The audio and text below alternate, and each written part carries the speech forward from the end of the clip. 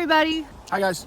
We're here in Ireland. We're going to tackle a question that we get asked all the time, especially since there was a tirzepatide that was FDA approved for weight loss. We both tried to guess the name, came up way wrong. Zepbound. She had it on her list. That was a very fun video. But what we want to do today is we really want to tackle what's the difference between Zepbound and Wegovy. You know, John, they're both FDA approved for weight loss. And I get the email all the time, like, I'm really considering what are the differences. So Sure. if you would bring your research-minded self to our website, and we would really appreciate hearing, like, how would you narrow it down and summarize this topic for us? Okay, so I'm sort of starting with the assumption that the people who want to know this are, because the two drugs you just named, Zepbound and Wegovy, are approved for weight loss in non-diabetic patients. So I'm assuming we're talking about for people that do not have type 2 diabetes.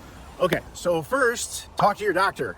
That's the first thing. I'm not a doctor. I'm not a pharmacist. So you guys talk to your doctor. And what's the second thing, John? Remember the first thing and then do that. Really, honestly, there are extremely, I know it's like all disclaimery, but there are really good reasons to talk to your doctor. Among other things, they can tell you might have contraindications, reasons not to take one or the other medicine, and like reasons for distinguishing between the two besides the ones that we're going to talk about. So it's a terrific idea. It's absolutely the smart thing to do. Plus, they need to prescribe it for you anyway for all those reasons and all the other good ones that I'm not naming.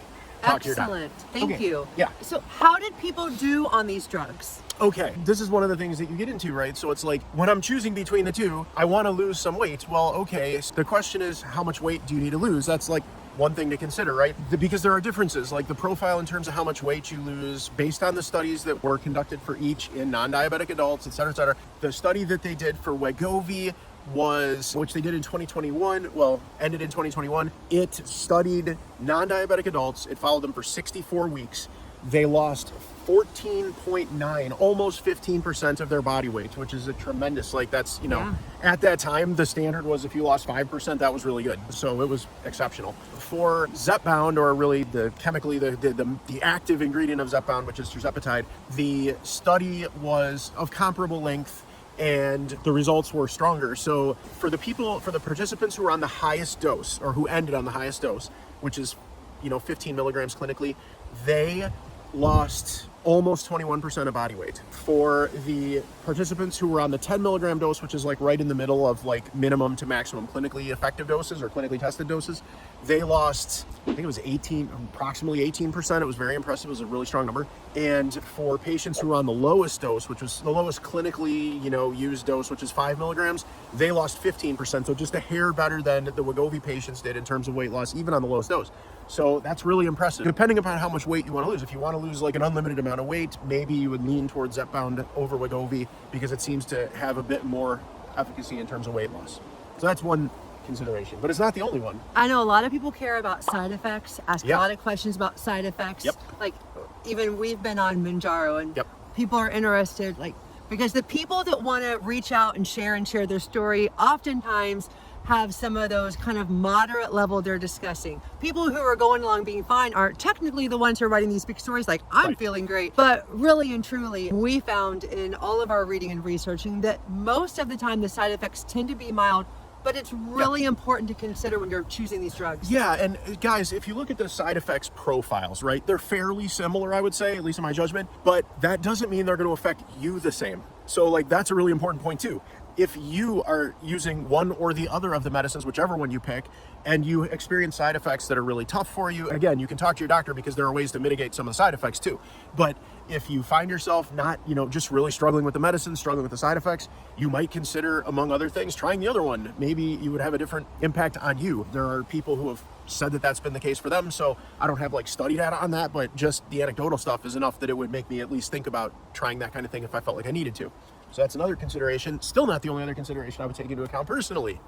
Yeah, so a big consideration, because most of us don't have just money falling out of our pockets, is cost. Yeah. So when it comes to cost, things to remember. Yeah, so of course, check your insurance formulary. Depending on who your insurer is, if you're US based, you may have access to one med and not have access to the other in terms of insurance benefits. And of course, that makes a huge difference. So, or for at least it does for a lot of people, of course, check that.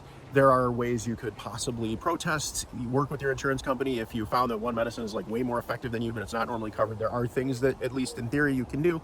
And if you live abroad relative to the United States, again, I don't know, like, you know, just see what your country covers and stuff like that. In the US, there is also talk about possibly coverage beginning in the hopefully not too distant future for people who are on Medicare. I don't know. I'm not making any promises. I haven't like recently checked the news on that. I don't exactly know where we stand. I don't have any inside dope, guys. So, but definitely that could become a thing. We're keeping our fingers crossed and saying a lot of prayers. Yeah, so on some recent videos, and we've talked about in the news, we know that Medicare is coming along, and that's a very fun research project for those of you who are interested, because it's changing all the time. Just recently, they made some changes for even 2025 as it goes with Medicare and what they're going to be covering along with these drugs. The second thing I wanted to mention is that if you look in our resources page, we actually have a link to appeals people have written, letters they have written that their insurance company has accepted. So for those of you who are like me, who it doesn't cover and you're really thinking about writing an appeal letter, I used one of their letters that an insurance company accepted, and I patterned my letter off of that. Yeah. And the third thing is I will put the link down below, but I did a video back earlier in the spring, and it was based on anecdotal evidence of like Mounjaro versus Wegovy, and it was basically me looking at dozens of people and sharing their stories on how did they react to tirzepatide versus semaglutide. So it can be interesting to see. Those are the deep dives that I really enjoy. We had this amazing group of boys just stop and want to talk to us and think that we're famous, or at least want to ask us. Yeah, asking. It was nice. It was cool, very nice. nice. All I was saying is that I really enjoy some of these questions that were asked, and then I like to go out and search, like, what are people's experiences? That is just people's experiences, just people's opinions. That's not in place of your professional advice from your doctor. Yeah. But I like seeing, hey, you know what? I've been on tirzepatide and semaglutide. Let me share with you the differences in my side effects, etc. So I'll put that link down below. Yeah, for sure. And I got just a couple other, like, just to close, at least from my perspective, I don't want to, like, but closing thoughts for me. Yeah. Other things that I might be thinking about, and the first one, to Amy's point about talking to your doctor, contraindications. There are medical reasons why some people simply straight up shouldn't take one of these meds, but possibly could take the other. Your doctor can help you with that too. So, like, that's obviously, I'm saying it at the end, but it's a super important point and not to be overlooked. And then one last point that's kind of subtle, but something else that's maybe worth thinking about. Clinically, for use for weight loss in non-diabetic adults, Wegovy has been on the market for about 2 years, roughly 2 years more than Zepbound has. What that means practically is that there is a larger data sample of people using it and having a chance to experience whatever side effects there are, including severe side effects and including rare side effects. If you are more conservatively minded in terms of kind of protecting yourself against possible adverse side effects.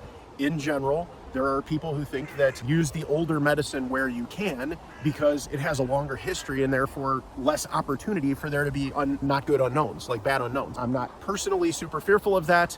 I'm using the newer medicine myself. I'm not, and I've had my side effects have been really mild and I've had good luck with it. But John is always fair-minded. He's gonna always bring you like the conservative side and the things to make sure you remember. So thanks for not painting like this perfect picture, but giving us the whole picture. Yeah. A lot of really good things to consider. Yeah, there's a lot to think about. And I honestly, guys, even if I had like an unlimited amount of weight to lose, I wouldn't necessarily like automatically just default to one over the other in terms of like, well, this one had higher clinical weight loss results or something like that. I do think the decision's a little bit more complicated than that. So anyway, lots to think about, guys. Hope you enjoyed the video.